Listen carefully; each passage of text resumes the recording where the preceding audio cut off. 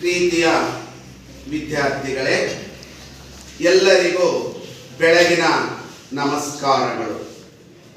ವಿದ್ಯಾರ್ಥಿಗಳೇ, ನಾನು ಈಗ ಒಂದು ಕವಿವಾಣಿಯನ್ನ ಹೇಳ್ತೀನಿ. ಆ ಕವಿವಾಣಿ ಯಾರ್ದು ಅನ್ನೋದನ್ನ ನೀವು ಹೇಳಬೇಕು. ಹೇಳ್ತೀರಲ್ವಾ? ಎಲ್ಲಾದರೂ ಇರು, ಎಂತಾದರೂ ಇರು, ಎಂದೆಂದಿಗೂ ನೀ ಕನ್ನಡವಾಗಿರು. ಕನ್ನಡವೇ ಸತ್ಯ, ಕನ್ನಡವೇ ನಿತ್ಯ.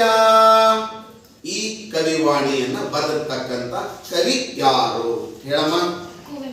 ರಾಷ್ಟ್ರಕವಿ ಕುವೆಂಪುರವರು ಈ ಕವಿವಾಣಿಯನ್ನ ಬರೆದಿದ್ದಾರೆ. ಹೀಗೆ ಕವಿಗಳು ಈ ಕನ್ನಡ ಭಾಷೆಯನ್ನ ಕುರಿತು, ನಾಡನ್ನ ಕುರಿತು ಅನೇಕ ಗೀತೆಗಳನ್ನ ರಚನೆ ಮಾಡಿರ್ತಕ್ಕಂಥದ್ದನ್ನ ತಾವೆಲ್ಲರೂ ಕೂಡ ಪದ್ಯಗಳಲ್ಲಿ ಓದಿದ್ದೀರಿ. ಹೌದಾ? ಪದ್ಯಗಳನ್ನ ಓದಿದ್ದೀರಿ. ಈಗ ಅದೇ ರೀತಿ ಒಂದು ವಿಡಿಯೋವನ್ನ ನಾನು ನಿಮಗೆ ತೋರಿಸ್ತೀನಿ. ಆ ವಿಡಿಯೋವನ್ನ ಆಲಿಸ್ಬಿಟ್ಟು ಆ ವಿಡಿಯೋದ ಸಂದೇಶ ಏನು ಅನ್ನೋದನ್ನ ತಾವು ಹೇಳಬೇಕು. ಹೇಳ್ತಿರಲ್ಲ? ಓಕೆ, ಈಗ ವಿಡಿಯೋವನ್ನ ವೀಕ್ಷಣೆ ಮಾಡಿ.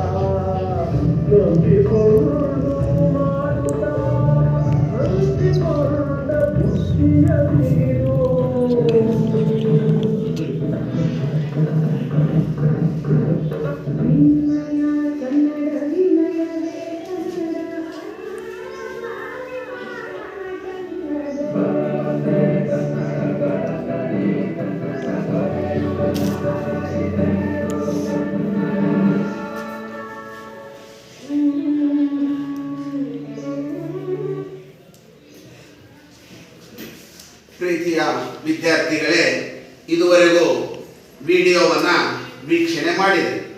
ಆ ವಿಡಿಯೋದ ಸಂದೇಶ ಏನು ಹೇಳ್ತೀರಾ? ಹೇಳಮ್ಮ. ಕನ್ನಡ ನಾಡು ಕನ್ನಡ ನಾಡಿನ ಬಗ್ಗೆ, ಕನ್ನಡ ನಾಡಿನ ಬಗ್ಗೆ,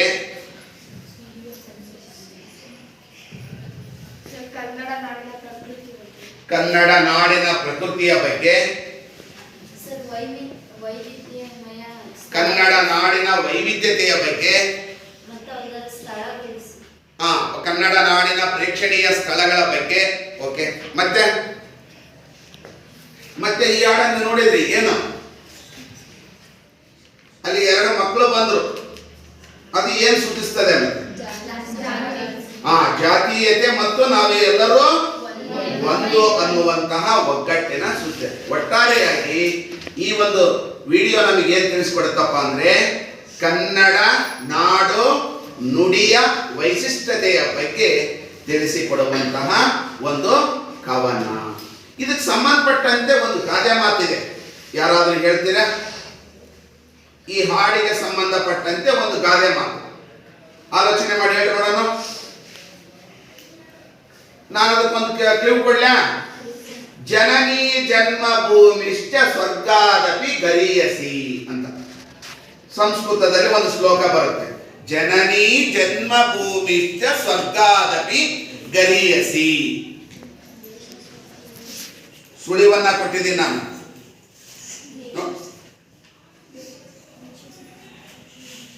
ಗೊತ್ತಿಲ್ಲ? ಜನನಿ ಜನ್ಮಭೂಮಿಶ್ಚ ಸ್ವರ್ಗಾದಪಿ ಗರೀಯಸಿ.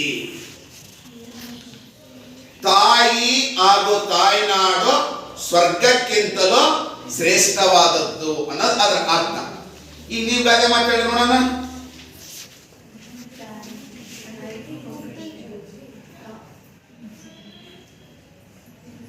ಎತ್ತ ತಾಯಿ ಒತ್ತ ನಾಡು ಸ್ವರ್ಗಕ್ಕಿಂತಲೂ ಕೂಡ ಶ್ರೇಷ್ಠವಾದದ್ದು. ಎಲ್ಲರಿಗೂ ಕೂಡ ನಮ್ಮ ನಾಡು ಅಂದ್ರೆ ಏನೋ ಪ್ರಾಣ, ನಮ್ಮ ಭಾಷೆ ಅಂದ್ರೆ ಏನೋ ಪ್ರಾಣ, ಏನೋ ಉಸಿರು ಅಂತ ಹೇಳಿ ನಾವಿಲ್ಲಿ ಕರಿತೀವಿ. ಪ್ರತಿಯೊಬ್ಬರೂ ಕೂಡ ತಮ್ಮ ತಮ್ಮ ಮಾತೃಭಾಷೆಯ ಮೇಲೆ ಏನನ್ನ ಬೆಳೆಸ್ಕೋಬೇಕು? ಅಭಿಮಾನವನ್ನ ಬೆಳೆಸಬೇಕು.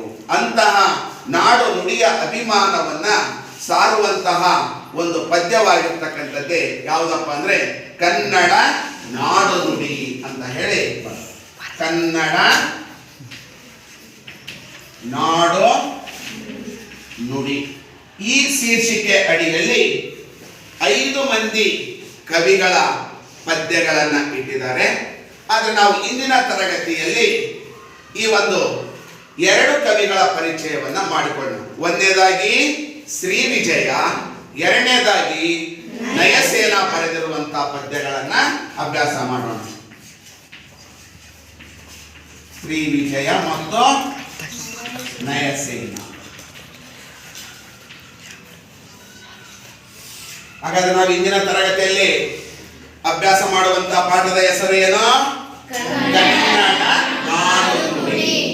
ಈ ಶೀರ್ಷಿಕೆ ಅಡಿಯಲ್ಲಿ 5 ಮಂದಿ ಕವಿಗಳ ಪದ್ಯಗಳನ್ನ ಇಟ್ಟಿದ್ದಾರೆ. ಆ 5 ಮಂದಿ ಕವಿಗಳಲ್ಲಿ ನಾವು ಇಂದಿನ ತರಗತಿಯಲ್ಲಿ ಶ್ರೀ ವಿಜಯ ಮತ್ತು ನಯಸೇನ ಅವರು ಬರೆದಿರುವಂತಹ ಹಲವಾರು ಪದ್ಯಗಳಲ್ಲಿ ಒಂದೊಂದು ಪದ್ಯವನ್ನ ನಿಮ್ಮ ಅಭ್ಯಾಸಕ್ಕೆ ಇಟ್ಟಿದ್ದಾರೆ. ಇಂದಿನ ತರಗತಿಯಲ್ಲಿ ಆ 2 ಕವಿಗಳು ಬರೆದಿರ್ತಕ್ಕಂಥ ಪದ್ಯವನ್ನ ನಾವು ಅಭ್ಯಾಸವನ್ನ ಮಾಡೋಣ ಮಕ್ಕಳೇ. ಹಾಗಾದ್ರೆ ಶೀರ್ಷಿಕೆ ಏನ್ ಹೇಳುತ್ತೆ? ಕನ್ನಡ ನಾಡು ನುಡಿ. ಕನ್ನಡ ನಾಡು ಅಂದ್ರೇನು? ದೇಶ, ನಮ್ಮ ದೇಶ ಅಂತೇಳಿ. ನುಡಿ ಅಂದ್ರೇನು? ಭಾಷೆ. ಅಂದ್ರೆ ನಮ್ಮ ನಾಡಿನ ಬಗ್ಗೆ ಮತ್ತು ನಮ್ಮ ಭಾಷೆಯ ಬಗ್ಗೆ ಬೆಳಕನ್ನ ಚೆಲ್ಲುವಂತಹ ಪದ್ಯಗಳನ್ನ ನಿಮ್ಮ ಅಭ್ಯಾಸಕ್ಕೆ ಇಟ್ಟಿದ್ದಾರೆ. ನಾಡು ಅಂದ್ರೆ ದೇಶ, ನುಡಿ ಅಂದ್ರೆ ಭಾಷೆ ಅಂತ ಹೇಳಿ ಕರಿತೀವಿ. ಇನ್ನೊಂದು ಅರ್ಥದಲ್ಲಿ ನುಡಿ ಅಂದ್ರೆ ಮಾತು ಅಂತಾನೂ ಕೂಡ ಬಳಕೆ ಆಗುತ್ತೆ. ಇಲ್ಲಿ ನುಡಿ ಅಂದ್ರೆ ನಾವೇನ್ ತಿಳ್ಕೋಬೇಕಪ್ಪ ಅಂತಂದ್ರೆ ಭಾಷೆ, ನಮ್ಮ ನಾಡಿನ ಬಗ್ಗೆ ಮತ್ತು ನಮ್ಮ ಭಾಷೆಯ ಬಗ್ಗೆ ಬೆಳಕು ಚೆಲ್ಲುವಂತಹ ಪದ್ಯಗಳು ಇವು ಆಗಿದ್ದಾವೆ. ಈಗ ಈ ಒಂದು ಪದ್ಯವನ್ನ ಬರೆದಿರ್ತಕ್ಕಂಥ ಪಾಠದ ಪದ್ಯದ ಆಶಯವನ್ನ ನೋಡ್ತಾ ಹೋಗೋಣ. ತೆಗಿರಿ ಪುಟ ಸಂಖ್ಯೆ 70. ನಮ್ಮ ಕನ್ನಡ ನಾಡು ನುಡಿಯ ವಿಶಿಷ್ಟತೆಯನ್ನು ನಮ್ಮ ನಾಡಿನ ಕವಿಗಳು ಮನಸಾರೆ ಹೊಗಳಿರುವುದನ್ನು, ಅವರ ಭಾಷಾ ಕಾಳಜಿಯನ್ನು ಅವರ ಕಾವ್ಯಗಳಲ್ಲಿ ಕಾಣಬಹುದು. ನೋಡ್ರಿ, ಪ್ರಸ್ತುತ ಒಂದು ಪದ್ಯ ನಮಗೆ ಏನ್ ತಿಳಿಸ್ಕೊಡ್ತದೆ? ಕನ್ನಡ ನಾಡು ಮತ್ತು ನುಡಿಯ ವೈಶಿಷ್ಟ್ಯತೆಯನ್ನ ತಿಳಿಸ್ಕೊಡುತ್ತೆ. ಕನ್ನಡ ನಾಡಿನ ವಿಶೇಷತೆ ಏನು, ಕನ್ನಡ ಭಾಷೆಯ ವೈಶಿಷ್ಟ್ಯತೆ ಏನು ಎಂಬುದನ್ನ ತಿಳಿಸ್ಕೊಡ್ತವೆ ಈ 5 ಮಂದಿ ಕವಿಗಳ ಪದ್ಯಗಳು. ಅರ್ಥಾಯ್ತಾ? ಕನ್ನಡ ನಾಡಿನ ಬಗ್ಗೆ ಮತ್ತು ನುಡಿಯ ವೈಶಿಷ್ಟ್ಯತೆಯ ಬಗ್ಗೆ ತಿಳಿಸ್ಕೊಡ್ತವೆ. ನಮ್ಮ ನಾಡಿನ ಕವಿಗಳು ಮನಸಾರೆ ಹೊಗಳಿರುವುದನ್ನು, ಅವರ ಭಾಷಾ ಕಾಳಜಿಯನ್ನ ಅವರ ಕಾವ್ಯಗಳಲ್ಲಿ ನೋಡಬಹುದು. ನೋಡಿ, ನಮ್ಮ ಕನ್ನಡ ಭಾಷೆ ಮತ್ತು ಸಾಹಿತ್ಯಕ್ಕೆ ಎಷ್ಟು ಸಾವಿರ ವರ್ಷಗಳ ಇತಿಹಾಸ ಇದೆ? 2000 ವರ್ಷಗಳ ಇತಿಹಾಸ ಇದೆ. 2000 ವರ್ಷಗಳಿಂದಲೂ ಕೂಡ ನಮ್ಮ ನಾಡಿನ ಕವಿಗಳು ಏನ್ ಮಾಡಿದ್ದಾರೆ? ಕನ್ನಡ ನಾಡನ್ನ ಕುರಿತು, ನುಡಿಯನ್ನ ಕುರಿತು ತಮ್ಮ ಕಾವ್ಯಗಳಲ್ಲಿ ಹಾಡಿ ಹೊಗಳಿ ಕನ್ನಡ ಭಾಷೆ ಮತ್ತು ಸಾಹಿತ್ಯವನ್ನ ಶ್ರೀಮಂತಗೊಳಿಸಿದ್ದಾರೆ ಅಂತಕ್ಕಂಥದ್ದು ನಾವು ನೋಡ್ತೀವಿ. ಉದಾಹರಣೆಯಾಗಿ ಪಂಪನಿಂದ ಹಿಡಿದು ಚಂದ್ರಶೇಖರ್ ಕಂಬಾರರವರೆಗೂ ಕೂಡ ಇವತ್ತು ಕನ್ನಡ ನಾಡಿನ ಬಗ್ಗೆ ಪ್ರತಿಯೊಬ್ಬ ಕವಿಯು ಮನಪೂರ್ವಕವಾಗಿ ಹಾಡಿ ಹೊಗಳಿರ್ತಕ್ಕಂಥದ್ದನ್ನ ನಾವು ಕಾಣ್ತೀವಿ. ನಮ್ಮ ನಾಡಿನ ಕವಿಗಳು ಮನಸಾರೆ ಹೊಗಳಿರುವುದನ್ನು, ನಮ್ಮ ನಾಡಿನ ಕವಿಗಳು ಆಗಲೇ ಹೇಳಿದಲ್ಲ ನಾನು, ಎಲ್ಲಾದರೂ ಇರೋ ಎಂತಾದರೂ ಇರು, ಎಂದೆಂದಿಗೂ ನೀ ಕನ್ನಡವಾಗಿರೋ, ಕನ್ನಡವೇ ಸತ್ಯ ಕನ್ನಡವೇ ನಿತ್ಯ. ಅದೇ ರೀತಿ ಉದಯವಾಗಲಿ ನಮ್ಮ ಚೆಲುವ ಕನ್ನಡ ನಾಡು, ಹಚ್ಚೇವು ಕನ್ನಡದ ದೀಪ, ಕರುನಾಡ ದೀಪ, ಸಿರಿ ನುಡಿಯ ದೀಪ, ಒಲವೆತ್ತಿ ತೋರುವ ದೀಪ ಅಂತೇಳಿ. ಬಾರಿಸು ಕನ್ನಡ ಡಿಂಡಿಮವ, ಓ ಕರ್ನಾಟಕ ಹೃದಯ ಶಿವ. ಕನ್ನಡಕ್ಕೆ ಹೋರಾಡು ಕನ್ನಡದ ಕಂದ, ಕನ್ನಡವ ಕಾಪಾಡು ನನ್ನ ಆನಂದ. ಜೋಗುಳದ ಹರಕೆ ಇದು ಮರೆಯದಿರು ಚಿನ್ನ, ಮರೆತೆಯಾದರೆ ಅಯ್ಯೋ ಮರೆತೆ ನನ್ನ. ಕನ್ನಡ ನಾಡಿನ ಬಗ್ಗೆ ಸಾಕಷ್ಟು ಮಂದಿ ಕವಿಗಳು ಹಾಡಿ ಹೊಗಳಿರ್ತಕ್ಕಂಥದ್ದನ್ನು ನೀವೆಲ್ಲರೂ ಕೇಳಿದ್ವಲ್ಲ? ಓಕೆ, ಕಾವ್ಯಗಳಲ್ಲಿ ಕಾಣಬಹುದು. ಕೇವಲ ಕನ್ನಡ ನಾಡಿನ ಬಗ್ಗೆ ಅಲ್ಲ, ಕನ್ನಡ ಭಾಷೆಯ ಬಗ್ಗೆನೂ ಕೂಡ ತಿಳಿಸಿ ಕೊಟ್ಟಿದ್ದಾರೆ. ಶ್ರೀ ವಿಜಯನು ನಮ್ಮ ಕನ್ನಡದ ಜನಪದರು ಅನಕ್ಷರಸ್ಥರಲ್ಲದಿದ್ದರೂ ಕಾವ್ಯ ಪ್ರಯೋಗ ಪರಿಣಿತರಾಗಿದ್ದರು ಎನ್ನುತ್ತಾನೆ. ಶ್ರೀ ವಿಜಯನ ಪದ್ಯ ನಮಗೆ ಏನ್ ತಿಳಿಸ್ತದಪ್ಪ ಅಂದ್ರೆ, ಕನ್ನಡಿಗರ ಗುಣ ಸ್ವಭಾವ ಮತ್ತು ಅವರ ಕಾವ್ಯ ಪರಿಣಿತಿ ಏನಿದೆ ಅನ್ನೋದನ್ನ ಈ ಒಂದು ಶ್ರೀ ವಿಜಯನ ಪದ್ಯ ತಿಳಿಸಿಕೊಡುತ್ತೆ. ಶ್ರೀ ವಿಜಯನ ಪದ್ಯ ನಮಗೆ ಏನ್ ತಿಳಿಸಿಕೊಡುತ್ತೆ? ಕನ್ನಡ ನಾಡಿನ ಜನರ ಗುಣ ಸ್ವಭಾವ ಮತ್ತು ಅವರ ಕಾವ್ಯದ ಪರಿಣಿತಿ ಏನು ಅನ್ನೋದನ್ನ, ಹೇಗಿತ್ತು ಅನ್ನೋದನ್ನ ತಿಳಿಸಿಕೊಡ್ತಾರೆ. ಕನ್ನಡ ನಾಡಿನ ಜನರು ಯಾರು? ಜನಪದರು. ಜನಪದರು ಏನಾಗಿದ್ರು? ಅನಕ್ಷರಸ್ಥರಾಗಿದ್ರು. ಯಾವುದೇ ಓದು ಬರಹ ಬರ್ತಾ ಇಲ್ಲ. ಅನಕ್ಷರಸ್ಥರಾಗಿದ್ರು ಕೂಡ ಕನ್ನಡ ಕಾವ್ಯವನ್ನ ರಚಿಸುವಂತಹ ಸಾಮರ್ಥ್ಯವನ್ನ ಕನ್ನಡ ನಾಡಿನ ಜನರು ಪಡ್ಕೊಂಡಿದ್ರು. ಕನ್ನಡ ನಾಡಿನ ಜನರು ನಿಜವಾಗ್ಲೂ ಕೂಡ ಬುದ್ಧಿವಂತರು ಅಂತಕ್ಕಂಥ ಮಾತನ್ನ ತನ್ನ ಪದ್ಯದಲ್ಲಿ ಹೇಳ್ತಾನೆ. ಕುರಿತೋಗದೆಯುಂ ಕಾವ್ಯ ಪ್ರಯೋಗ ಪರಿಣತ ಮತಿಗಳ್ ಅಂತೇಳಿ. ಅಂದ್ರೆ ಕನ್ನಡ ನಾಡಿನ ಜನರು ಅನಕ್ಷರಸ್ಥರಾಗಿದ್ರು ಕೂಡ ಕಾವ್ಯವನ್ನ ರಚಿಸುವಂತಹ ಸಾಮರ್ಥ್ಯ, ಪ್ರತಿಭೆಯನ್ನ ಪಡೆದುಕೊಂಡಿದ್ರು. ಕನ್ನಡ ನಾಡಿನ ಜನರು ನಿಜವಾಗ್ಲೂ ಕೂಡ ಬುದ್ಧಿವಂತರು ಅಂತಕ್ಕಂಥ ಮಾತನ್ನ ಈ ಶ್ರೀ ವಿಜಯ ತಮ್ಮ ಪದ್ಯದಲ್ಲಿ ಹೇಳ್ತಾನೆ. ಎರಡನೇದಾಗಿ ನಯಸೇನ ಏನ್ ಹೇಳ್ತಾನೆ? ನಯಸೇನನು ನಮ್ಮ ಕನ್ನಡವು ಕೆಲವು ಪಂಡಿತರಿಂದ ಸಂಸ್ಕೃತಮಯವಾಗಿರುವುದನ್ನು ಸಹಿಸದೆ ಶುದ್ಧ ಕನ್ನಡವೇ ಇರಬೇಕೆಂದು ಬಯಸುತ್ತಾನೆ. ನಯಸೇನ ಹೇಳ್ತಾನೆ ಏನಂದ್ರೆ, ಕನ್ನಡ ನಾಡಿನ ಕವಿಗಳು ಕಾವ್ಯವನ್ನ ಬರಿಬೇಕಾದರೆ ಆ ಕಾವ್ಯದಲ್ಲಿ ಯಾವ ಪದಗಳನ್ನ ಬಳಸಿದ್ರು? ಸಂಸ್ಕೃತ ಪದಗಳನ್ನ ಸೇರಿಸಿ ಕನ್ನಡದಲ್ಲಿ ಕಾವ್ಯವನ್ನ ರಚನೆ ಮಾಡಿ. ಇದನ್ನ ತಿಳಿದಿರ್ತಕ್ಕಂಥ ನಯಸೇನ ಏನ್ ಮಾಡಿದ? ವಿರೋಧವನ್ನ ವ್ಯಕ್ತಪಡಿಸ್ತಾನೆ. ಗೊತ್ತಾಯ್ತಾ? ಕನ್ನಡ ಮತ್ತು ಸಂಸ್ಕೃತ ಪದಗಳನ್ನ ಬಳಸಿ ಕಾವ್ಯವನ್ನ ರಚನೆ ಮಾಡಬೇಡ್ರಿ, ಶುದ್ಧ ಕನ್ನಡದಲ್ಲಿ ಕಾವ್ಯವನ್ನ ರಚಿಸಿ, ಶುದ್ಧ ಸಂಸ್ಕೃತದಲ್ಲಿ ಕಾವ್ಯವನ್ನ ರಚಿಸಿರಿ.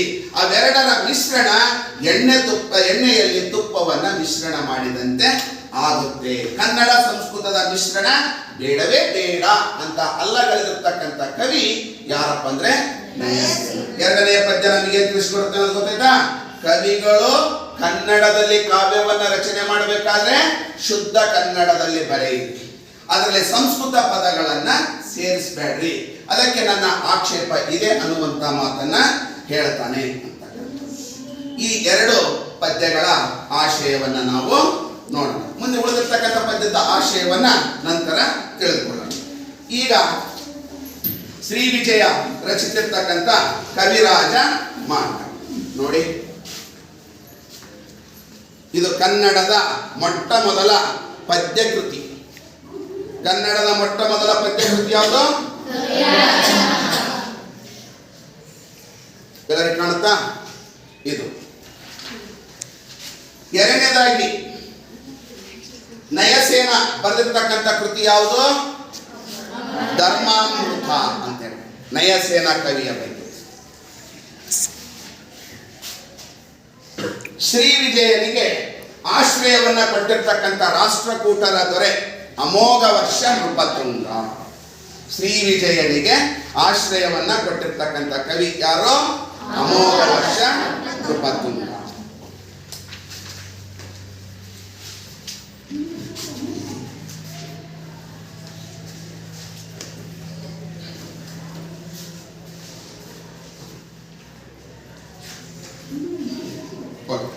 ಈಗ ಪ್ರವೇಶವನ್ನ ನೋಡೋಣ. ಪ್ರವೇಶ ಯಾರಾದ್ರೂ ಒಬ್ರು ಓದ್ತೀರಾ? ಓದಿ ಒಬ್ರು.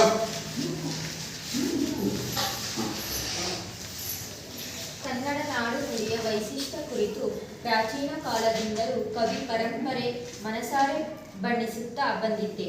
ಕನ್ನಡ ಸಂಸ್ಕೃತಿ ಸೊಬಗು, ವೈಭವ, ಸೌಂದರ್ಯ ಅಪೂರ್ವ ಹಾಗೂ ಅವಿಸ್ಮರಣೀಯ. ಕನ್ನಡಿಗರ ಜಾಣ್ಮೆ, ಭೌಗೋಳಿಕ ಅರವು, ಕವಿ ಕಾವ್ಯ ಸೌಂದರ್ಯದಿಂದ ಅದರ ಮಹತ್ವ ಇನ್ನೂ ಹೆಚ್ಚಾಗಿದೆ. ಓಕೆ, ಇಲ್ಲಿ ಪ್ರವೇಶ ಏನ್ ಹೇಳುತ್ತಪ್ಪ ಅಂದ್ರೆ, ಕನ್ನಡ ನಾಡು ನುಡಿಯ ವೈಶಿಷ್ಟ್ಯತೆ ಕುರಿತು ಪ್ರಾಚೀನ ಕಾಲದಿಂದಲೂ ಕವಿ ಪರಂಪರೆ ಮನಸಾರೆ ಬಣ್ಣಿಸುತ್ತಾ ಬಂದಿದೆ. ನೋಡ್ರಿ, ಅದಕ್ಕಾಗಿ ಪ್ರಾಚೀನ ಕಾಲ ಅಂದ್ರೆ ಅದು ಕನ್ನಡದ ಆದಿಕವಿ ಯಾರು? ಪಂಪ. ಪಂಪನಿಂದ ಹಿಡಿದು ಬಿಟ್ಟು ಜ್ಞಾನಪೀಠ ಪ್ರಶಸ್ತಿ ಪಡೆದ ಕೊನೆಯ ವ್ಯಕ್ತಿ ಯಾರು?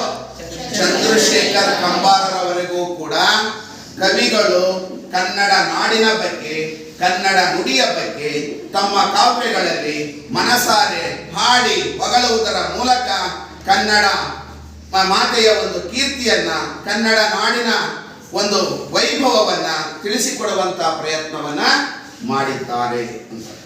ಕನ್ನಡ ನಾಡು ನುಡಿಯ ವೈಶಿಷ್ಟ್ಯತೆ ಕುರಿತು ಪ್ರಾಚೀನ ಕಾಲದಿಂದಲೂ ಕವಿ ಪರಂಪರೆ ಮನಸಾರೆ ಬಣ್ಣಿಸುತ್ತಾ ಬಂದಿದೆ. ಈ ಹಿಂದೆ ನಾನು ಹೇಳಿದೆ, ಆಶಯ ಹೇಳಬೇಕಾದ್ರೆ ಕವಿ ಪರಂಪರೆ ಯಾವ ರೀತಿ ಕನ್ನಡ ನಾಡು ನುಡಿಯ ಬಗ್ಗೆ DS ಕರ್ಕಿಯವರು, ಉಯಿರ್ಗೋಳ್ ನಾರಾಯಣರವರು, ಕುವೆಂಪುರವರು, ನಿಸಾರ್ ಅಹಮದ್ ರವರು ಅಥವಾ ಇವರೆಲ್ಲರೂ ಕೂಡ ಕನ್ನಡ ನಾಡಿನ ಬಗ್ಗೆ ಮತ್ತು ಕನ್ನಡ ನುಡಿಯ ಬಗ್ಗೆ ತಮ್ಮ ಕಾವ್ಯಗಳಲ್ಲಿ ಹಾಡಿ ಹೊಗಳಿರ್ತಕ್ಕಂಥದ್ದನ್ನ ನೀವೆಲ್ಲ ಕೇಳಿ ತಿಳಿದಿದ್ದೀರಿ.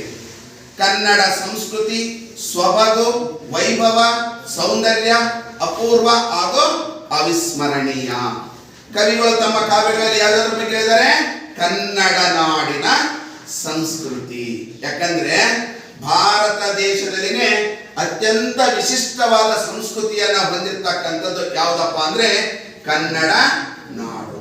ಇಲ್ಲಿರ್ತಕ್ಕಂಥ ಶಿಲ್ಪಕಲಾ ವೈಭವ ಮತ್ತು ಪ್ರಕೃತಿ ಸೌಂದರ್ಯ ಮತ್ತೆಲ್ಲಿಯೂ ಕೂಡ ನಾವು ನೋಡ್ಲಿಕ್ಕೆ ಸಾಧ್ಯ ಇಲ್ಲ. ಮೂಗೂರು ಮಲ್ಲಪ್ಪನವರು ಬರೀತಾರೆ, ನಾಡಿನೊಳಗ ನಾಡು ನಮ್ಮ ಚೆಲುವ ಕನ್ನಡ ನಾಡು, ಬೆಳ್ಳಿ ಬಂಗಾರ ಬೆಳೆಯು ತಾವೇ ಬೆಟ್ಟ ಕಾಡು ಅಂತೇಳಿ ಕೂಡ ಒಂದ್ ಕಡೆಗೆ ಬರೀತಾರೆ. ಅಂದ್ರೆ ಭಾರತ ದೇಶದಲ್ಲಿನೇ ಅತ್ಯಂತ ಸುಂದರವಾದ ನಾಡು ಮತ್ತು ಸಂಸ್ಕೃತಿ ಪ್ರಧಾನವಾದ ನಾಡು ಯಾವುದಪ್ಪ ಅಂದ್ರೆ ಕನ್ನಡ ನಾಡು. ಅಂತ ಕನ್ನಡ ನಾಡಿನ ಸಂಸ್ಕೃತಿಯ ಬಗ್ಗೆ, ಎರಡನೇದಾಗಿ ಕನ್ನಡ ನಾಡಿನ ಸೊಬಗಿನ ಬಗ್ಗೆ, ಕನ್ನಡ ನಾಡಿನ ವೈಭವದ ಬಗ್ಗೆ, ಕನ್ನಡ ಸೌಂದರ್ಯದ ಬಗ್ಗೆ ಅಪೂರ್ವ ಹಾಗೂ ಅವಿಸ್ಮರಣೀಯ ಹೊಗಳಿದ್ದಾರೆ.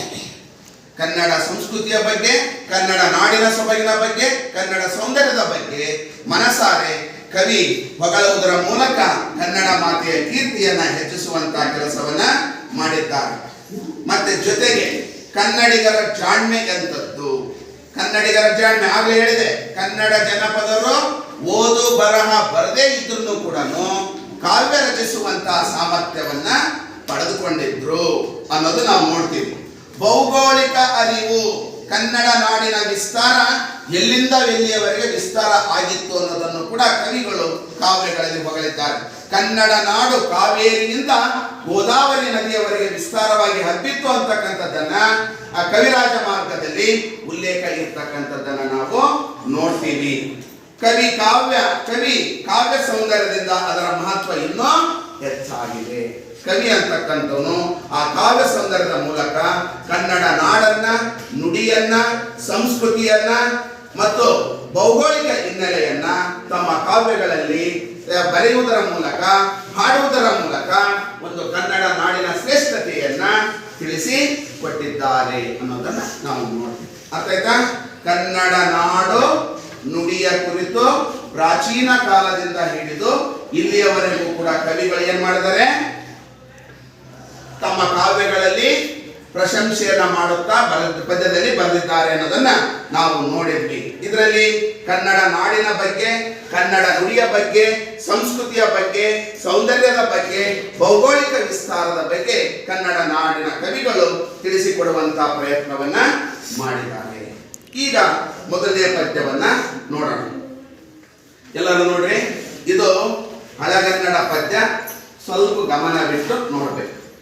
ಪದನರಿದು ನುಡಿಯಲು ನುಡಿದುದಂ ಅರಿದು ಆರಯலும் ஆர்ப்பர் நாடவர்கள் ಚದುರರ್ ನಿಷದಿಂ ಕುರಿತೋದದೆಯುಂ ಕಾವ್ಯ ಪ್ರಯೋಗ ಪರಿಣತ ಮತಿಗಳ್. ಇನ್ನೊಂದ್ಸಲ ಓದ್ತೀನಿ ನೋಡ್ರಿ.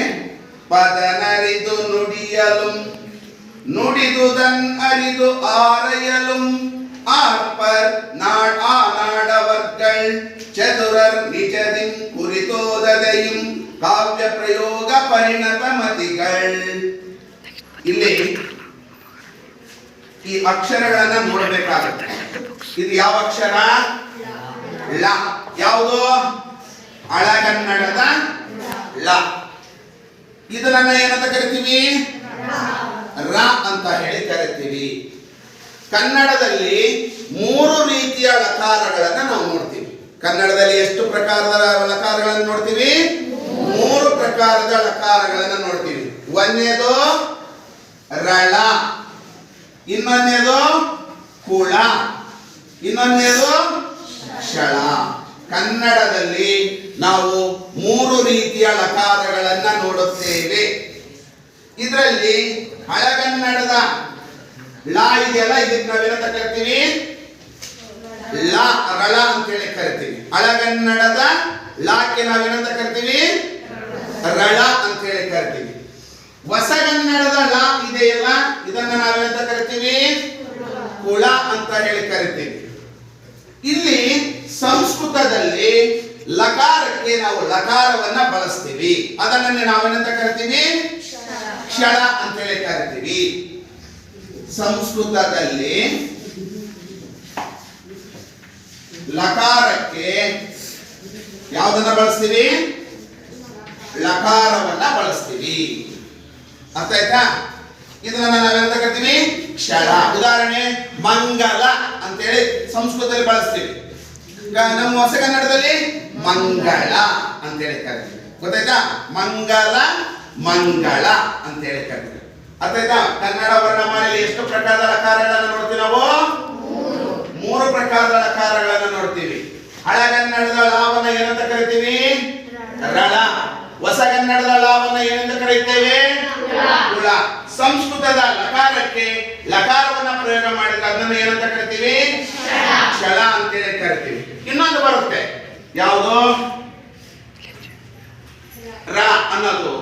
ಇದಕ್ಕೆ ಏನಂತ ಕರಿತೀವಪ್ಪ ಅಂತಂದ್ರೆ, ಇದನ್ನ ನಾವು ಶಕಟ ರೇಫಾ ಅಂತೇಳಿ ಕರಿತೀವಿ. ಇದನ್ನ ನಾವೆಂತ ಕರಿತೀವಿ? ಶಕಟ ರೇಫಾ ಅಂತೇಳಿ ಕರಿತೀವಿ. ಹಳಗನ್ನಡದ ರಾವನ್ನ ಏನೆಂದು ಕರೆಯುತ್ತೇವೆ? ಶಕಟ ರೇಫಾ.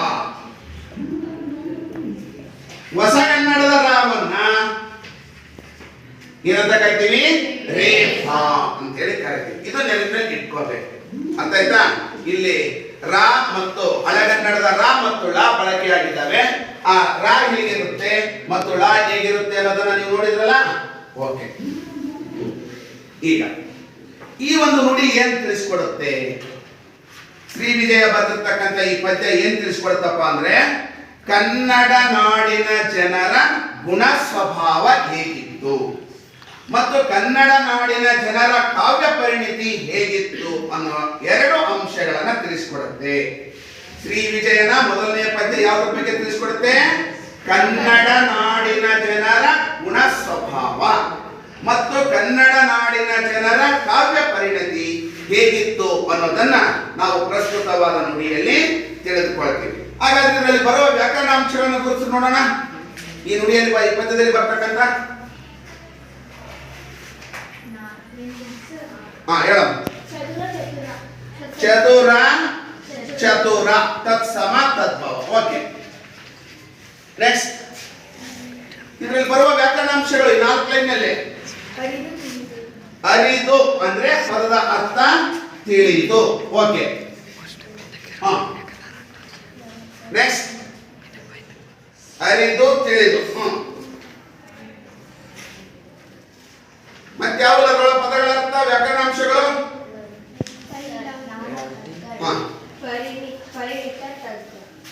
ಪರಿಣಿತ ಏನ? ಪರಿಣಿತ, ತಜ್ಞ, ತಿಳಿದವ ಅಂತ ಹೇಳಿ ಕರೀತೀವಿ. ಆರಯ ಅಂದ್ರೆ ಪಾಲನೆ. ಮತ್ತೆ ಇದು ನನ್ನ ಎರಡನೇದು ಬಂದಿಲ್ಲ, ನಾನು ಒಂದೇ ನುಡಿದು ಮೊದಲನೇ ನುಡಿಯಲ್ಲಿ ಬರುವಂತ ವ್ಯಾಕರಣಾಂಶಗಳು. ಅದು ನಯಸೇನನ ಬಗ್ಗೆ ಬರುತ್ತೆ. ನೆಕ್ಸ್ಟ್ ನಿಮಗೆ ಗೊತ್ತಿಲ್ಲ, ಉಳಿದ ನಾನು ಹೇಳ್ಬೋದಾ? ನಾಡವರ್ಗಳ್ ಅಂತ ಇದೆ. ನಾಡವರ್ಗಳ್ ಏನಂದ್ರೆ ನಾಡಿನ ಜನತೆ. ನಾಡವರ್ಗಳ್ ಅಂದ್ರೇನಪ್ಪ? ನಾಡಿನ ಜನತೆ. ಆರ್ಪರ್ ಅಂತ ಬರುತ್ತೆ. ಆರ್ಪರ್ ಅಂದ್ರೆ ಸಮರ್ಥರು ಅಂತ ಹೇಳಿ. ಪದದ ಅರ್ಥ ಕ್ರಮ ಅಥವಾ ರೀತಿ ಅಂತ ಹೇಳಿ ಬರುತ್ತೆ. ಕಾವ್ಯ ಕಬ್ಬ ತತ್ಸಮ ತದ್ಭವ. ನೋಡಿ, ಇಷ್ಟೆಲ್ಲ ಅದು ಯೋಚನೆ ಮಾಡಿ ಹೇಳಿದ್ರೆ ಬರುತ್ತೆ. ಮತಿಗಳಂದ್ರೆ ಯಾರು? ಬುದ್ಧಿವಂತರು. ಮತಿಗಳಂದ್ರೆ ಬುದ್ಧಿವಂತರು. ಮತಿ ಅಂದ್ರೆ ಬುದ್ಧಿ. ಈಗ ಇದರ ಒಂದು ಸಾರಾಂಶವನ್ನು ನೋಡ್ತಾ ಹೋಗೋಣ. ಪದನರಿದು ನುಡಿಯಲು ಅಂದ್ರೆ ಕನ್ನಡ ನಾಡಿನ ಜನರು ಕ್ರಮವನ್ನ ಅರಿತು ಮಾತನಾಡುವವರು ಆಗಿದ್ದರು ಅನ್ನೋದು ಒಂದು ಅರ್ಥದಲ್ಲಿ ತಿಳ್ಕೋಬೇಕಾಗುತ್ತೆ. ಕನ್ನಡ ನಾಡಿನ ಜನರು ಪದಗಳ ಅರ್ಥವನ್ನ ತಿಳಿದು ಮಾತನಾಡುವವರು ಆಗಿದ್ದರು. ಪದನರಿದು ನುಡಿಯಲೆಂ, ಪದಗಳ ಅರ್ಥವನ್ನ ತಿಳಿದುಕೊಂಡ್ಬಿಟ್ಟು ಕನ್ನಡ ನಾಡಿನ ಜನರು ಕ್ರಮವಾಗಿ ಮಾತನಾಡ್ತಾ ಇದ್ರು. ವ್ಯಾಕರಣದ ನಿಯಮಗಳನ್ನ ಅನುಸರಿಸಿ ಮಾತನಾಡ್ತಾ ಇದ್ರು. ಗೊತ್ತಾಯ್ತಾ? ಆಮೇಲೆ ರೂಟ್ ಹಿಡಿದು ಮಾತಾಡ್ತಾ ಇದ್ರು, ಲೈನ್ ಬಿಟ್ಟು ಹೋಗ್ತಿದ್ದಿಲ್ಲ.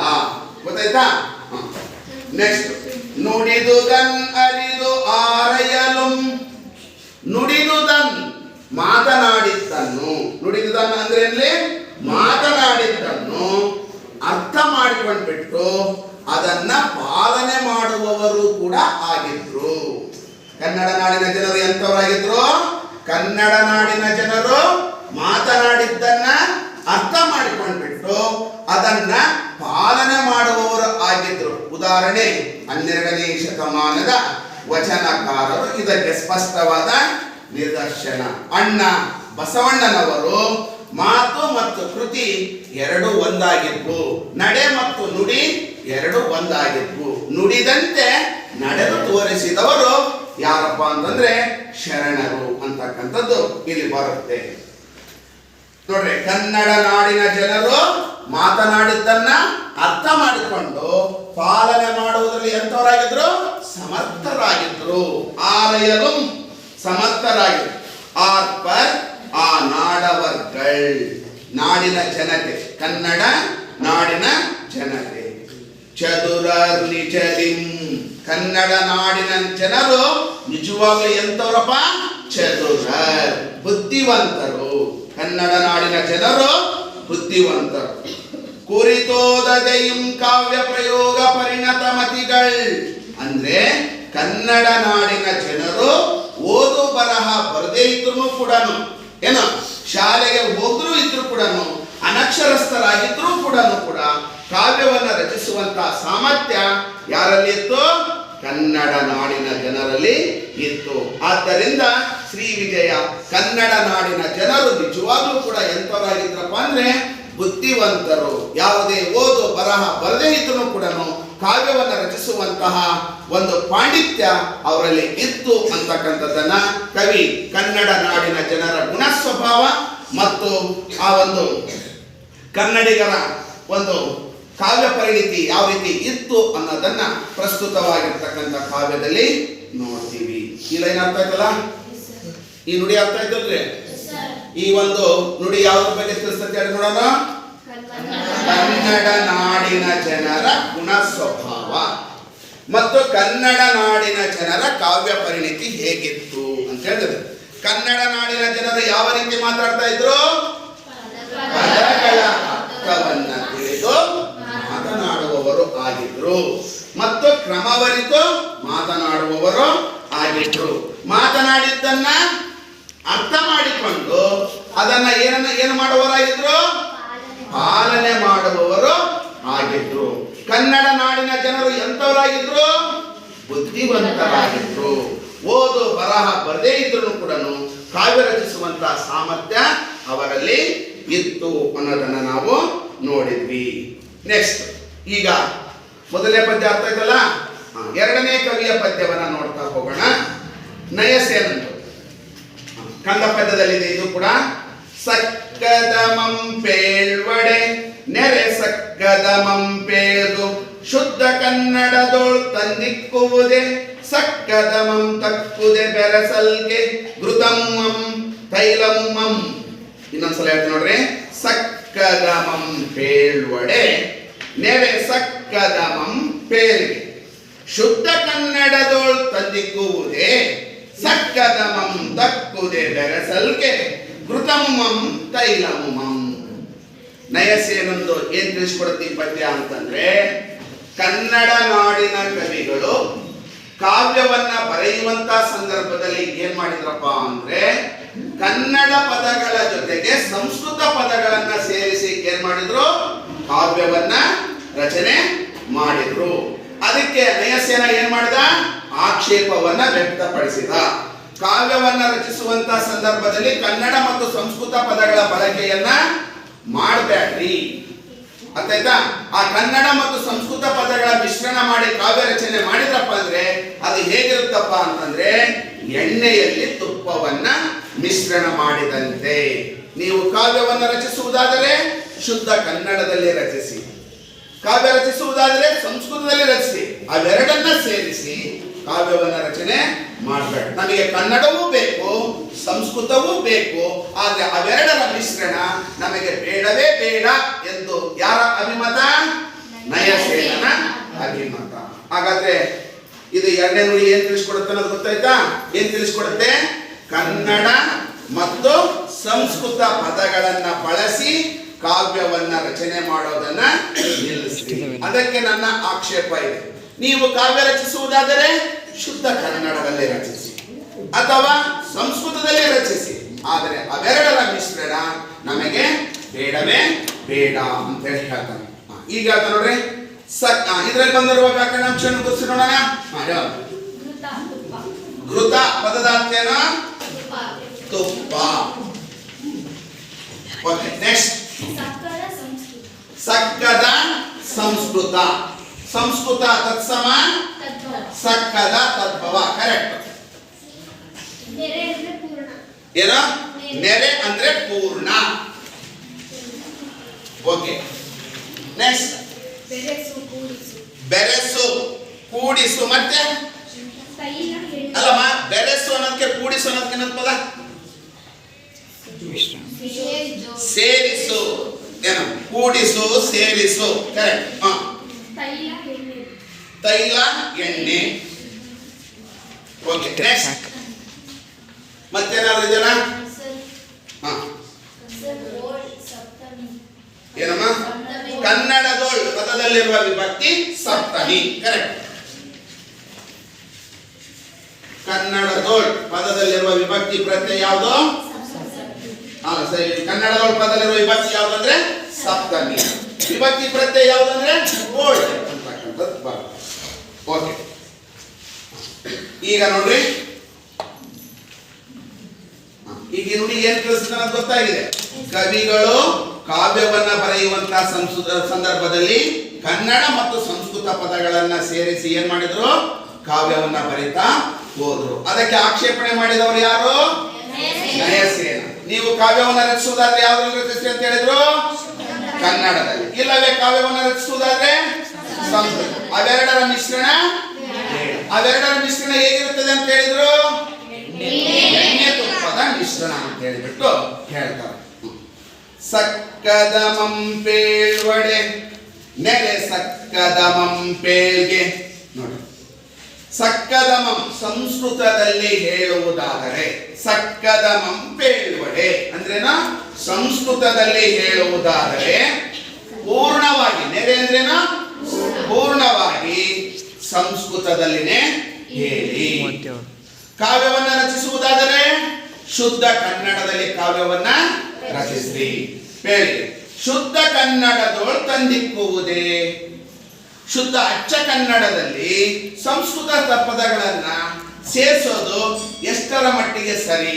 ತಕ್ಕುದೇ ಅಂದ್ರೇನ? ಎಷ್ಟರ ಮಟ್ಟಿಗೆ ಸರಿ ಅಂತಕ್ಕಂಥ ಅವೆರಡರ ಮಿಶ್ರಣ ಬೆರೆಸಿದ್ರೆ ಏನಾಗುತ್ತೆ ಅಂತ ನೋಡ್ರಿ. ಸಕ್ಕದಮಂ ತಕ್ಕುದೇ. ಸಂಸ್ಕೃತ ಪದಗಳನ್ನ ಸೇರಿಸಿ ಬೆರೆಸಿದ್ರೆ ಏನಾಗುತ್ತೆ? ಘೃತಮುಮಂ ತೈಲಮುಮಂ ಅಂದ್ರೆ ತುಪ್ಪದಲ್ಲಿ ಎಣ್ಣೆಯನ್ನ ಬೆರೆಸಿದಂತೆ ಆಗುತ್ತೆ. ಯಾಕಂದ್ರೆ ತುಪ್ಪಕ್ಕೂ ಎಣ್ಣೆಗೂ ಏನಿದೆ? ವ್ಯತ್ಯಾಸ ಇದೆ. ತುಪ್ಪದ ರುಚಿನೇ ಬೇರೆ, ಎಣ್ಣೆಯ ರುಚಿನೇ ಬೇರೆ. ಆ ಶ್ರೇಷ್ಠವಾಗಿರ್ತಕ್ಕಂಥ ತುಪ್ಪದಲ್ಲಿ ಎಣ್ಣೆಯನ್ನ ಬೆರೆಸ್ಬಿಟ್ರಪ್ಪ ಅಂದ್ರೆ ತುಪ್ಪದ ಸ್ವಾದ ಏನಾಗುತ್ತೆ? ಕೆಟ್ಟೋಗುತ್ತೆ. ಅದೇ ರೀತಿ ಕನ್ನಡ ಪದದೊಳಗೆ ಸಂಸ್ಕೃತ ಪದಗಳನ್ನ ಸೇರಿಸ್ಬಿಟ್ರಪ್ಪ ಅಂದ್ರೆ ಆ ಕನ್ನಡ ಭಾಷೆಯ ಸೊಬಗು ಏನಾಗುತ್ತೆ? ಕಡಿಮೆ ಆಗ್ಬಿಡುತ್ತೆ. ಅರ್ಥ ಆಯ್ತಾ? ಅದಕ್ಕಾಗಿನೇ ನೀವು ಕಾವ್ಯವನ್ನ ಬರೆಯುವುದಾದರೆ ಶುದ್ಧವಾದ ಕನ್ನಡದಲ್ಲಿನೇ ಕಾವ್ಯವನ್ನ ಬರೆಯಿರಿ, ಇಲ್ಲವೇ ಸಂಸ್ಕೃತದಲ್ಲಿ ಬರೆಯಿರಿ. ಆದರೆ ಆ ಎರಡನ್ನ ಮಿಶ್ರಣ ಮಾಡಿ ನೀವು ಕಾವ್ಯವನ್ನ ರಚನೆ ಮಾಡಬೇಡ್ರಿ. ಕನ್ನಡ ಮತ್ತು ಸಂಸ್ಕೃತ ಪದಗಳನ್ನ ಸೇರಿಸಿ ಕಾವ್ಯವನ್ನ ರಚನೆ ಮಾಡಿದ್ರೆ ಅದು ಎಣ್ಣೆಯಲ್ಲಿ ತುಪ್ಪವನ್ನ ಬೆರೆಸಿದಂತೆ ಆಗುತ್ತೆ ಅಂತಕ್ಕಂಥದ್ದು ಇಲ್ಲಿ ಬರ್ತದೆ. ಅಂದ್ರೆ ಇವತ್ತು ನಾವು ನಮ್ಮ ಒಂದು ಭಾಷೆ ಹೆಚ್ಚು ಕಾಲ ಉಳಿಬೇಕಪ್ಪ ಅಂತಂದ್ರೆ ಆ ಭಾಷೆಯ ಪದಗಳನ್ನೇ ನಾವೇನ್ ಮಾಡಬೇಕು? ಹೆಚ್ಚು ಬಳಸಬೇಕು. ಮತ್ತು ಆ ಭಾಷೆಯನ್ನೇ ಕಾವ್ಯವನ್ನ ರಚಿಸಿದರೆ ಎಲ್ಲರಿಗೂ ಕೂಡ ಏನಾಗುತ್ತೆ? ಕಾವ್ಯ ಅನ್ನೋದು ಅರ್ಥ ಆಗುತ್ತೆ ಅಂತಕ್ಕಂಥದ್ದು ಈ ಒಂದು ನುಡಿಯ ಸಾರಾಂಶ. ಅರ್ಥ ಆಯ್ತಾ? ನಯಸೇನರ ಬಗ್ಗೆ ಏನ್ ಹೇಳಿದಾರೆ ಅನ್ನೋದು ಗೊತ್ತಾಯ್ತಲ್ಲ. ನಯಸೇನ ಕವಿ, ಈತ 12ನೇ ಶತಮಾನದಲ್ಲಿ ಬರುವಂತ ಒಬ್ಬ ಹಳಗನ್ನಡದ ಕವಿ. ಧರ್ಮಾಮೃತ ಅನ್ನುವಂತ ಕೃತಿಯನ್ನ ರಚನೆ ಮಾಡ್ತಾನೆ. ಆತ ಏನ್ ಹೇಳ್ತಾನೆ? ಪ್ರಾಚೀನ ಕಾಲದ ಕವಿಗಳು ಕಾವ್ಯವನ್ನ ರಚಿಸುವಂತಹ ಸಂದರ್ಭದಲ್ಲಿ ಕನ್ನಡ ಪದಗಳ ಜೊತೆಗೆ ಸಂಸ್ಕೃತ ಪದಗಳನ್ನ ಸೇರಿಸಿ ಕಾವ್ಯವನ್ನ ಬರೆದ್ರು. ಅದಕ್ಕೆ ಆಕ್ಷೇಪವನ್ನ ವ್ಯಕ್ತಪಡಿಸಿದರು. ನೀವು ಕಾವ್ಯವನ್ನ ರಚಿಸುವುದಾದರೆ ಶುದ್ಧವಾದ ಕನ್ನಡದಲ್ಲಿ ಬರೆಯಿರಿ, ಕಾವ್ಯವನ್ನ ಬರೆಯುವುದಾದ್ರೆ ಸಂಸ್ಕೃತದಲ್ಲಿ ಬರೆಯಿರಿ. ಆ ಎರಡನ್ನ ಮಿಶ್ರಣ ಮಾಡಿ ಬರಿಬೇಡ್ರಿ ಅನ್ನುವಂತಹ ಒಂದು ಹೇಳ್ತಾನೆ. ಅದಕ್ಕೆ ಕೊನೆಗೆ ಹೇಳ್ತಾನೆ, ನಮಗೆ ಎಣ್ಣೆಯೂ ಬೇಕು, ಸಂಸ್ಕೃತವೂ ನಮಗೆ ಎಣ್ಣೆಯೂ ಬೇಕು, ತುಪ್ಪವೂ ಬೇಕು, ಕನ್ನಡವೂ ಬೇಕು, ಸಂಸ್ಕೃತವೂ ಬೇಕು. ಆದ್ರೆ ಅವೆರಡರ ಮಿಶ್ರಣ ನಮಗೆ ಬೇಡವೇ ಬೇಡ ಎನ್ನುವುದು ನಯಸೇನನ ಅಭಿಮತ. ಎಲ್ಲರಿಗೂ ಅರ್ಥ ಆಯ್ತಲ್ರಿ ಸರ್? ಅದಕ್ಕೆ ನಾವು ಒಂದ್ ಮಾತು ಕೇಳ್ಬೋದು, ಎಣ್ಣೆ ತುಪ್ಪದ ಮಿಶ್ರಣ ಬೇಡವೆಂದು ಹೇಳಿದ ಕವಿ ಯಾರು? ನಯಸೇನ ಅಂತಕ್ಕಂಥದ್ದು. ಇದುವರೆ ಇವತ್ತಿನ ತರಗತಿಯಲ್ಲಿ ಈ ಎರಡು ಪದ್ಯಗಳನ್ನ ತಿಳ್ಕೊಳ್ಳೋಣ. ಮತ್ತೆ ಉಳಿದಿರ್ತಕ್ಕಂಥ ಮತ್ತೆ 2 ಪದ್ಯಗಳನ್ನು ಮುಂದಿನ ತರಗತಿಯಲ್ಲಿ ಅಭ್ಯಾಸ ಮಾಡೋಣ. ಎಲ್ಲರಿಗೂ ಧನ್ಯವಾದಗಳು. ಈಗ ಈ ಒಂದು 2 ಪದ್ಯಗಳನ್ನು ಬರೆದಿರ್ತಕ್ಕಂಥ ಕವಿಗಳ ಪರಿಚಯವನ್ನ ಮಾಡಿಕೊಡಲು ಬರ್ತಾ ಇದ್ದಾರೆ 9th D ವಿಭಾಗದ ವಿದ್ಯಾರ್ಥಿಗಳು. ಅವರಿಗೆ ತಮ್ಮೆಲ್ಲರ ಪರವಾಗಿ ಹೃತ್ಪೂರ್ವಕವಾಗಿ ಸ್ವಾಗತಿಸುತ್ತೇನೆ.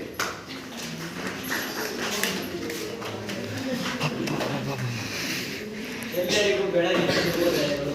ನನ್ನ ಹೆಸರು ರೊಟ್ಟಿ ದರ್ಶನ್. ನಾನು 9th D ವಿಭಾಗದಲ್ಲಿ ಓದುತ್ತಿದ್ದೇನೆ.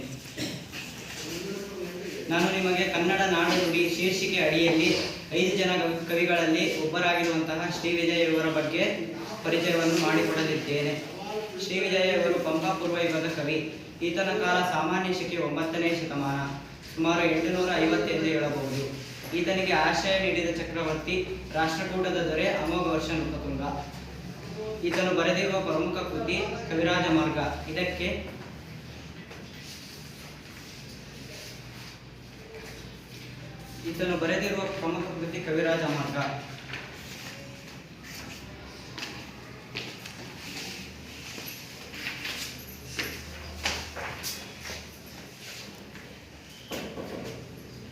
ಇದಕ್ಕೆ ಆಕಾರ ಕೃತಿಯು ದಂಡಿಯು ಬರೆದ ಕಾವ್ಯದರ್ಶದ ಕೃತಿಯ ಅನುವಾದವಾಗಿದೆ.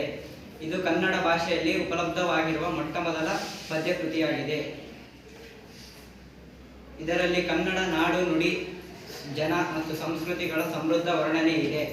ಇದು ಕನ್ನಡ ನಾಡು ಕಾವೇರಿ ನದಿಯಿಂದ ಗೋದಾವರಿ ನದಿಯವರೆಗೆ ಹರಡಿತ್ತು ಎಂಬ ಉಲ್ಲೇಖವಿದೆ. ಧನ್ಯವಾದಗಳು.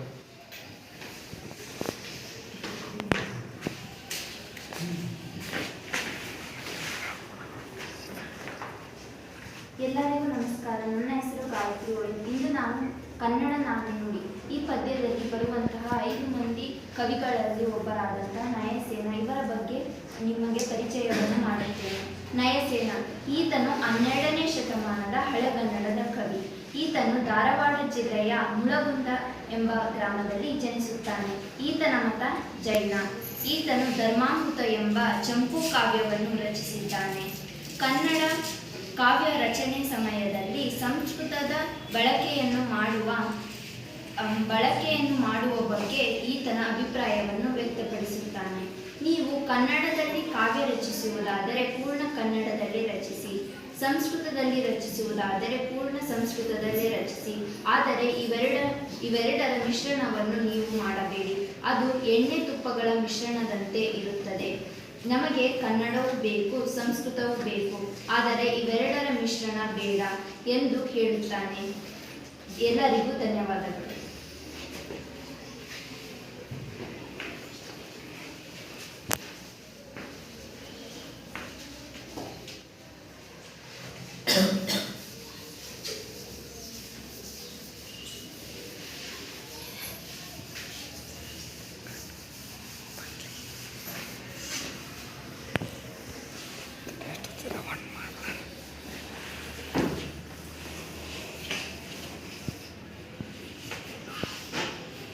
ಎಲ್ಲರಿಗೂ ಬೆಳಗಿನ ಶುಭೋದಯಗಳು.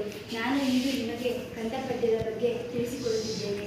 ನನ್ನ ಹೆಸರು ಪೂರ್ವಿ. ನಾನು 9ನೇ ತರಗತಿ ಡಿ ವಿಭಾಗದಲ್ಲಿ ಓದುತ್ತಿದ್ದೇನೆ.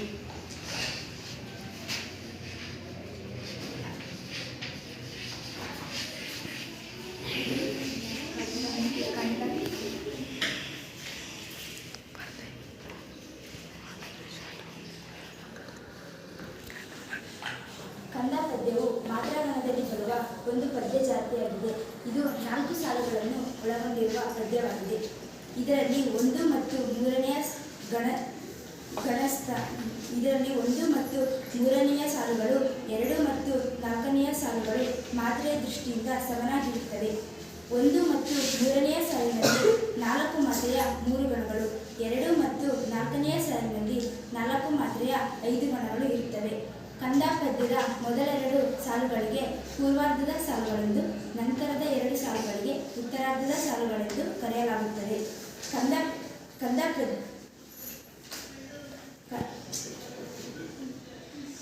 8ನೇ ಗಣ ಸ್ಥಾನದಲ್ಲಿ ಅಂತ್ಯ ಗುರುವುಳ್ಳ ಗಣ ಬಂದರೆ ಅದನ್ನು ಕಂದ ಪದ್ಯ ಎಂದು ಕರೆಯುತ್ತೇವೆ. 6ನೇ ಗಣ ಸ್ಥಾನದಲ್ಲಿ ಸರ್ಬಲಘುಗಳಿಂದ ಕೂಡಿದ ಗಣವಾಗಲಿ ಮಧ್ಯ ಗುರುವುಳ್ಳ ಗಣವಾಗಲಿ ಬರಕೂಡದು.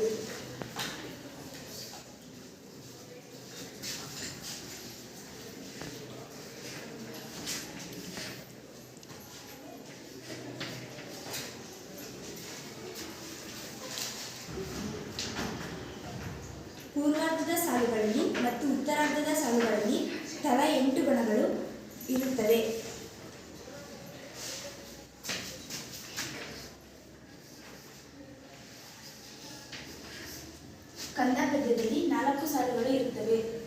1 ಮತ್ತು 2ನೇ ಸಾಲುಗಳಿಗೆ ಪೂರ್ವಾರ್ಧದ ಸಾಲುಗಳಿದ್ದು 3 ಮತ್ತು 4ನೇ ಸಾಲುಗಳಿಗೆ ಉತ್ತರಾರ್ಧದ ಸಾಲುಗಳೆಂದು ಕರೆಯುತ್ತೇವೆ.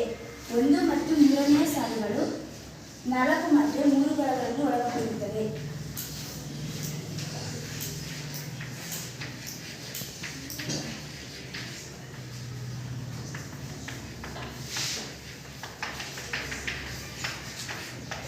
ಎರಡು ಮತ್ತು 4ನೇ ಸಾಲುಗಳು 4 ಮಾತ್ರ 5 ಗಣಗಳನ್ನು ಒಳಗೊಂಡಿರುತ್ತವೆ.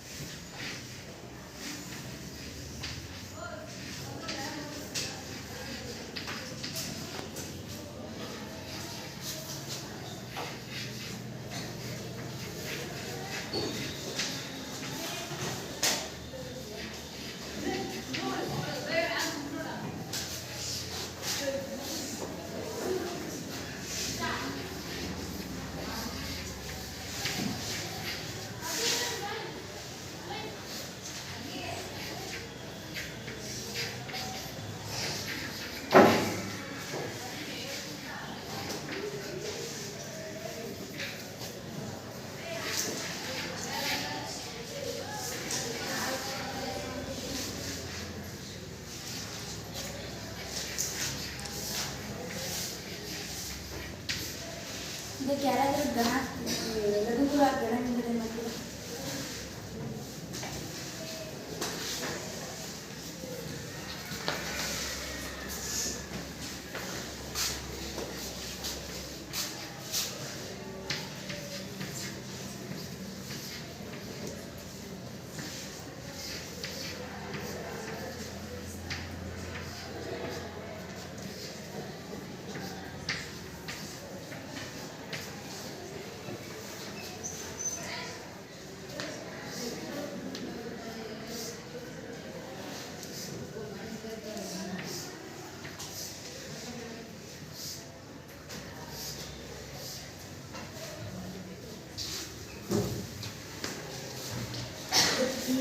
ಕಂದ ಪದ್ಯದ ಮೇಲೆ ಒಂದೆರಡು ಪ್ರಶ್ನೆಗಳನ್ನು ಕೇಳುತ್ತೇನೆ. ಯಾರಾದರೂ ಗೊತ್ತಿದ್ದರೆ ಎದ್ದು ನಿಂತು ಉತ್ತರವನ್ನು ಹೇಳಿ. ಕಂದ ಪದ್ಯವು ಎಷ್ಟು ಸಾಲುಗಳನ್ನು ಒಳಗೊಂಡಿರುತ್ತದೆ? 4 ಸಾಲು. ಪೂರ್ವಾರ್ಧದ ಸಾಲುಗಳಲ್ಲಿ ಮತ್ತು ಉತ್ತರಾರ್ಧದ ಸಾಲುಗಳಲ್ಲಿ ಎಷ್ಟು ಗಣಗಳು ಬರುತ್ತವೆ?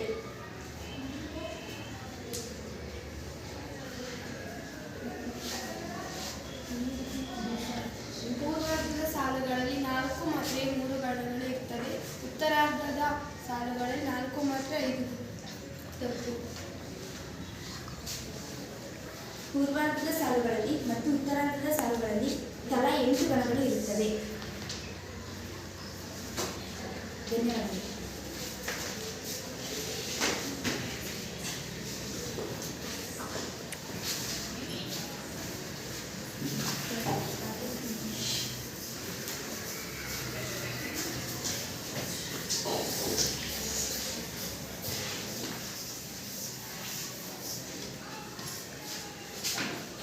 ಎಲ್ಲರಿಗೂ ಬೆಳಗಿನ ಶುಭೋದಯಗಳು. ನಾನು ನಿಮಗೆ ಭಾಮಿನಿ ಷಟ್ಪದಿ ಬಗ್ಗೆ ತಿಳಿಸಿಕೊಡುತ್ತೇನೆ. ಭಾಮಿನಿ ಷಟ್ಪದಿಯಲ್ಲಿ 6 ಸಾಲುಗಳು ಇರುತ್ತವೆ. 1, 2, 4, 5ನೇ ಸಾಲು ಸಮನಾಗಿದ್ದು 3 ಮತ್ತು 4 ಮಾತ್ರೆಗಳ 4 ಗಣಗಳಿರುತ್ತವೆ. 3 ಮತ್ತು 6ನೇ ಸಾಲು ಸಮನಾಗಿದ್ದು 3 ಮತ್ತು 4 ಮಾತ್ರೆಗಳ 6 ಗಣಗಳಿರುತ್ತವೆ. ಮೇಲೊಂದು ಗುರುವಿನಿಂದ ಕೂಡಿರುತ್ತದೆ. 3 ಮತ್ತು 6ನೇ ಸಾಲು ಕೊನೆಯ ಅಕ್ಷರ ಲಘುವಾಗಿದ್ದರೂ ಗುರು ಎಂದು ಪರಿಗಣಿಸಬೇಕು. ಇಂಥ ಜಾತಿಯ ಮಧ್ಯ ಗುರುವುಳ್ಳ ಲಕ್ಷಣವು ಎಲ್ಲಿಯೂ ಬರಕೂಡದು. ಇಂಥ ಜಾತಿಯ ಪದ್ಯವನ್ನು ಭಾಮಿನಿ ಷಟ್ಪದಿ ಎಂದು ಕರೆಯುತ್ತೇವೆ.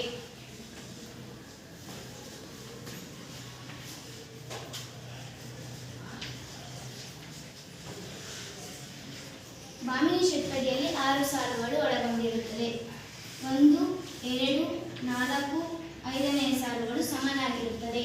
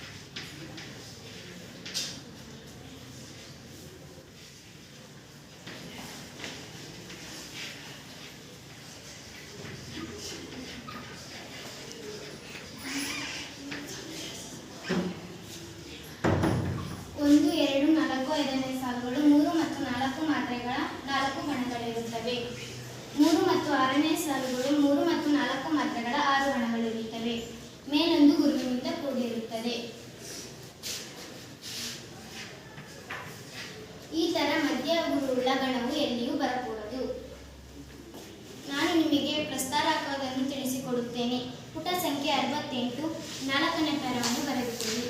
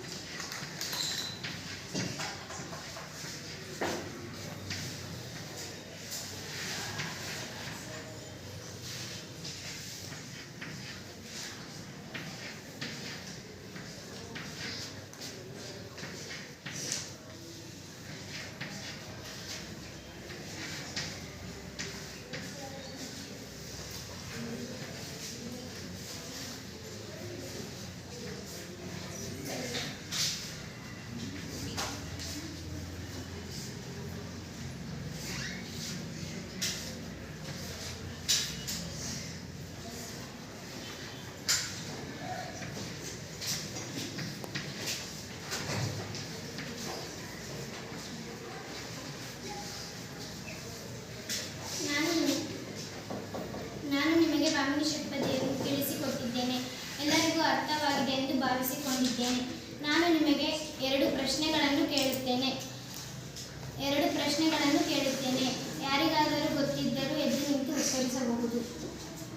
ಬಾಮಿನಿ ಷಟ್ಪದಿಯಲ್ಲಿ ಎಷ್ಟು ಮಾತ್ರೆಗಳು ಒಳಗೊಂಡಿರುತ್ತದೆ?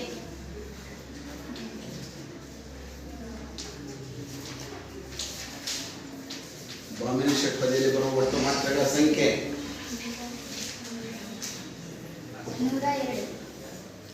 102. ಸರಿಯಾದ ಉತ್ತರ. ಬಾಮಿನಿ ಷಟ್ಪದಿಯಲ್ಲಿ ಮೊದಲನೇ 3 ಸಾಲುಗಳು ಏನೆಂದು ಕರೆಯುತ್ತೇವೆ? ಪೂರ್ವವಾದ ಸಾಲು. ಸರಿಯಾದ ಉತ್ತರ. ಎಲ್ಲರಿಗೂ ಧನ್ಯವಾದಗಳು.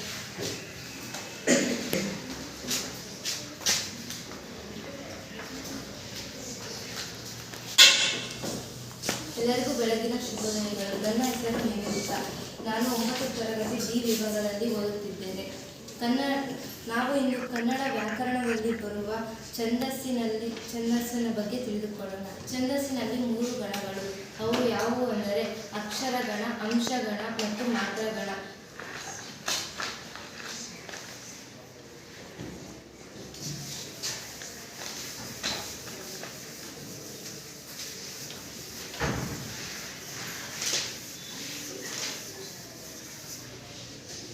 ಅಕ್ಷರಗಣದಲ್ಲಿ ಬರುವ ವೃತ್ತದ ಬಗ್ಗೆ ತಿಳಿಯೋಣ. ವೃತ್ತದಲ್ಲಿ 6 ವಿಧಗಳು. ಅದರಲ್ಲಿ ಒಂದಾದ ಉತ್ಪಲಮಾಲ ವೃತ್ತದ ಬಗ್ಗೆ ತಿಳಿಯೋಣ.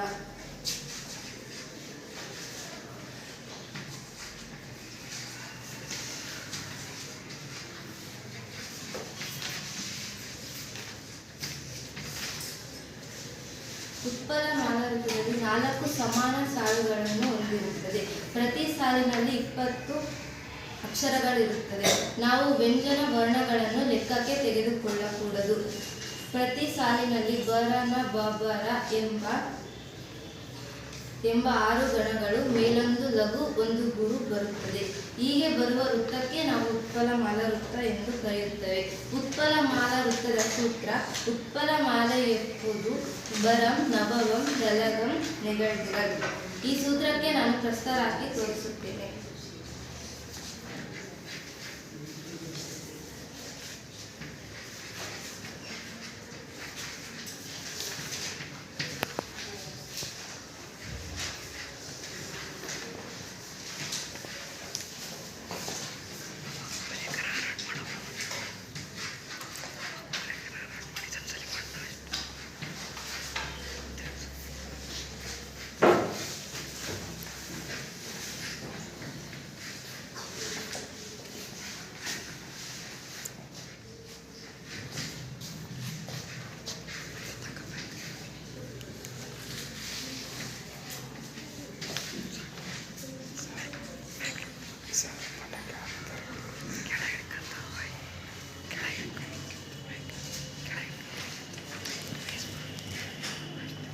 ಹಾಗೆ ನೀವು ಪುಟ ಸಂಖ್ಯೆ 68ರಲ್ಲಿ ಇರುವ ಮೂರನೇ ಕಾರ್ಯದಲ್ಲಿರುವ ಮೊದಲನೇ ಸಾಲನ್ನು ಬರೆದುಕೊಳ್ಳಿ.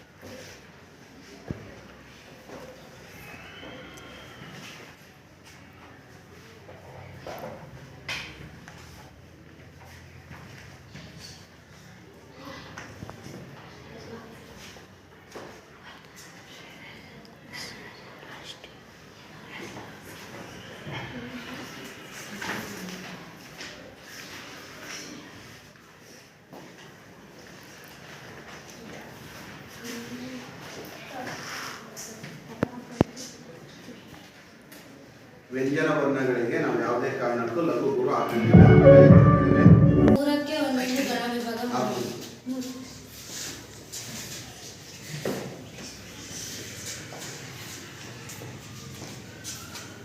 ಈಗ ನಾನು ಒಂದು ಸಾಲನ್ನು ಬರೀತೇನೆ, ಅದಕ್ಕೆ ಪ್ರಸ್ತಾರ ಹಾಕಿ.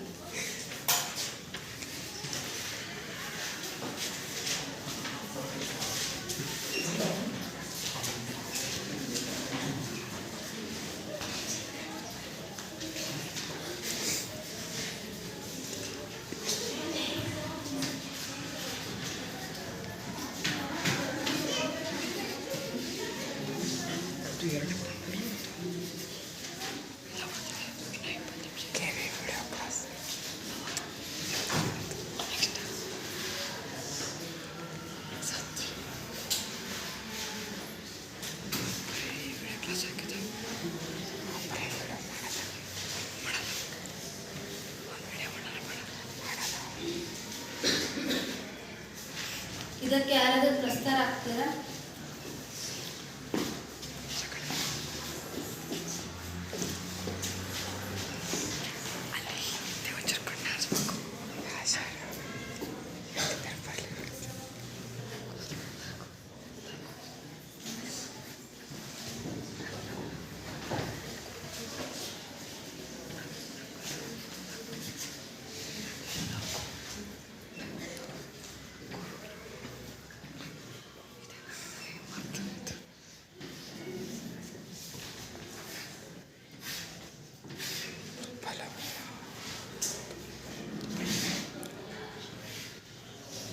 ಸರಿಯಾಗಿದೆ. ಈಗ ನಾನು ಈ ಉತ್ಪಲಮಾಲಾ ವೃತ್ತದ ಬಗ್ಗೆ ಒಂದೆರಡು ಪ್ರಶ್ನೆಗಳನ್ನು ಕೇಳುತ್ತೇನೆ, ಉತ್ತರವನ್ನು ಹೇಳಿ. ಛಂದಸ್ಸಿನಲ್ಲಿ ಬರುವ 3 ಗಣಗಳು ಯಾವುವು?